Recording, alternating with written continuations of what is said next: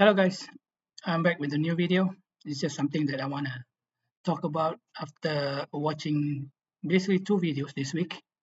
One is when I was watching this Google I/O developer conference about the building the core skill to thrive as an AI era developer. And another one is when I watched about this Anthropic video on asking all the AIs to slow down. But the point is not what the video title is saying, but one thing basically has something in common, and both of them shows factual numbers on how much code in those two countries are generated by AI. And if you can see here, Google is saying it's three-fourths of their code is AI generated now. And I'm sure that this is actually the lower estimation. 75% of their codes now is AI generated. So I'm pretty sure if you can be safe in saying 80% is generated by AI. And actually, Anthropic has a different number. It's actually 80%. But this on this podcast, the I think this is CFO, is actually saying 90% or more of the Anthropic code now is AI generated. So with that, I was thinking that now with those kind of baseline number, people are still talking about AI replacing developers, and if AI is not actually helping, but I don't think that's the case now, because if these big companies are actually having AI generated codes for them with that high of percentage, then I think it's basically a known fact now is that AI actually build codes properly, or generate code properly. And I personally have been using AI for coding purposes, and so far I haven't actually experienced any major issues with AI coding. And most of the time, because of the harness I built, I don't see even like issues with bugs and anything. Right. So with that, let's get on with the video. So basically, I'm just saying that I think it's real now that AI actually can have solve coding. Because if you look at if Google and Anthropic, which is all a billion-dollar companies, if more than 75% of their code is AI generated, I think it's a foregone conclusion now that AI can code. Basically, just put it as simply as that. And these numbers are no longer the ceiling. These are numbers that actually they use it publicly. That means they are confident with that fact. So instead of reacting the way most people are reacting, probably out of fear, you know, that AI will replace developers, or if AI is overhyped and AI is actually stupid and doesn't actually can help you with coding, why don't you actually look at uh, the economics of this new baseline? So if we translate this new baseline numbers into, for example, the bottom line, which is money. So wouldn't you be worried that if there's a competitor for your company is actually working towards this new baseline, uh, I think you would think twice about not trying it yourself, right? So basically, the bottom line I'm saying is let's just stop reacting to those numbers, and actually try to calculate what are these baseline numbers impact our business. Right. So for the purpose of this calculation, I just want to show, just want to say that uh, it has to be apple to apple comparison. So with that, I'm just going to focus on the coding part of the work, right? So we're not talking about requirements and analysis, talking about if there's a, the developer meeting or stakeholder meeting, UAT, all those things. I'm just talking about just the coding portion of any project stage now. Right. So so the unit I'm going to use here is the unit of work I'm going to use here is actually the developer day. and it's only just going to cover the full coding phase of a project. So that would also include, the 1 day of the developer think, and then, you know, consider the architecture, wiring the pipeline, implementing, writing unit tests, running, fixing, verify things, all those things. Yeah? Right. So just to share that I can confidently say that, at my capability and speed right now, so I can actually reduce 3 days of, typical work that involve all these activities in 1 day of development, into a half day, uh, you know timeline if I use AI. So that would means that I'm talking about a 6x improvement. But let's just be conservative and say, I can compress 3 days into 1 day. So it becomes a 3x. Yeah? So that would be the number that I'm going to use to do this calculation.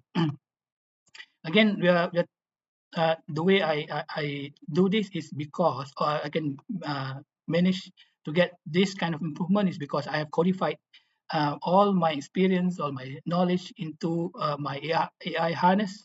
So that means it's not just the model, just using LLM model. I'm also using an agentic tool, and then I also set up the agent rules, set up the patterns and my tech stack, and then all the tests and checks and verification methods into the basically the ecosystem lah for me when I use the AI. Right. So basically I'm saying is, this 3 days of work, normally if I do things manually, that will complete the whole cycle of, from thinking to development to testing to verifying that it works. It also translate using AI to this 1 day of timeline. Right. So what I'm saying is this is actually now proven for myself, and I'm sure if somebody put an effort to it, then this can be achieved by basically all developers lah. Right. So let's look at the numbers. Uh, we are going to look at a typical medium complexity project up to 2 years, and on the code development, on the development phase alone, normally it will be around 8 months. All right, so let's say the for a medium project, it will take about 6 developers to work on this, and then let's do 20 days per month days lah. So if we count, if we multiply all this, we get 960 developer days. And based on my own yardstick just now, with the kind of improvement in the productivity by 3x, um, these numbers will reduce into a 320 developer days for the same amount of people and days, right? So manually, for 6 developers, 8 months project, it will cost around 720,000. Now with AI, with 3x multiplier, then you can reduce it to 320 developer days, which translate into 240,000. But this is just the manual labor. So if we include the AI tool cost, like for me, normally, uh, my AI costs, I'm using either Cloud Code or Codex ALI. If you combine, normally it will come up to like 60 USD or 60 dollar per day. So if you count that, multiply that with 10 developer days, it counts all the 6 developers, will goes up to about like 80,000 ringgit. So if you count that for manual uh, cost, manual development cost for these developers is 720,000, and with AI, with this kind of multiplier that I believe people can achieve, that it will only now 316 or 17, which means that you can have a net saving of 400,000, more or less, right? So this is quite big. If you compare, it's more than actually uh, half of the cost for your team to complete the whole project. So because of that, I think that's why I believe that, instead of actually thinking negatively about AI, you should actually work towards these numbers. All right. So now, not only that we can actually have savings by increasing the productivity of the developers, and we can also free their time, because now not only they not only they save in terms of the cost, but they also save in terms of the developer days lah. So normally, if one of this kind of a scale of a project takes 8 months just in the development period, so this only takes one third of that period lah, right? So now, if you do this or if you achieve this, and then you will get a free capacity. That means now uh, those developers can do other things. So with that, there are a few things you can consider. You can actually uh, you know have that project and just get that savings as your as just a cash only benefit. Or you can actually see this is it's just a basically a benefit in terms of speed of finishing up the project. Or you can also see that as an additional capacity for you to do other projects. So instead of actually doing one project for the same timeline, your team just now can actually do three projects. Uh, but then again, this is just estimation, so it could be like instead of one project, you can do two projects. That's also possible.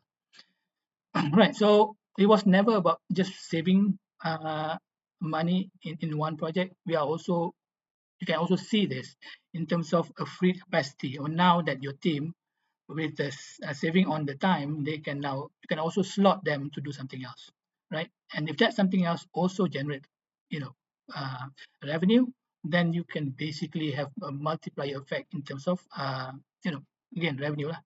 Right? So, uh, how do you do this? Because uh, this thing is actually viable. I truly believe it. It's just that it's not something that you just have to calculate, but you have to work towards it as well. So it's not just buying a tool and then give it to your employee and hope and think that you can achieve what we calculate just now. But it's more like this is a capability um, um, initiative that you have to basically start, right? So there are many situations where companies think that okay, we have AI now. So you just go and promote AI in your company and say, okay, everybody now use AI, and then thinking that okay, everybody now use AI. We'll see who get good at it. Basically, that's not exactly a strategy. Well, it is a strategy, but it's called a hope strategy. If you don't do any program and then there's no owner to actually measure things and do real training, that's not really a strategy. That's basically hoping that your staff actually can get good by using AI. But instead, I really believe that because I have personally done it myself. So what companies have to do is basically codify all the processes that they know doing things in the manual process, but codify into the harness of the AI itself. Right. So what is your standards? What is your tech stack? What is your architectural pattern?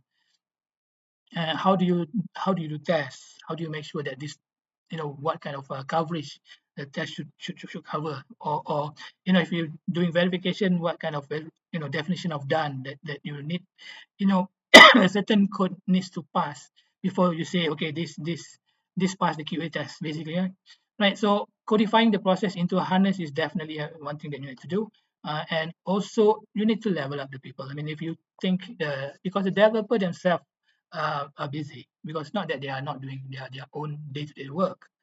So if everybody's doing their day-to-day work, who's going to be owning the running or thinking about what program to create, and then running it, measuring it, and then be the one who can guide people. And then if you have that person, and run that program, do micro training, measure impact, and then you can see that 3x actually are doable, right? So in that manner, just think of this as a journey. It's not really as something that you can actually do and straight away get the benefit. So basically, the bottom line is you don't buy your way to get there, but you have to build your way to get there, right? So having said that, what I believe is software has just got repriced. That means last time, if you want to build a software, you want to build a complete a project, manually there is a certain amount that you need to basically spend. But that amount now, if you use AI properly, there's a new price for that. And Google and Anthropic are already paying this new price, right? And then how long are you going to still keep paying the old price, right? So it's our example just now. We can see that 400,000 saving you could achieve for an 8 month development timeline project. But it's not just that, but you can even multiply that if that free capacity you use it into something more uh, uh, to multiply the revenue lah, right? So it is something that a choice that you make now, because I truly believe, and I personally have proven it to myself, that this now is a fact lah, right? So you don't have to be like Google tomorrow. It's not like you can straight away have these benefits to your company. But the biggest mistake right now is if you're not even trying or not even starting. All right. So this is my uh, opinion, and I truly believe in this. So I hope you get some value out of it. Right. Thank you for listening, and have a good day. Peace.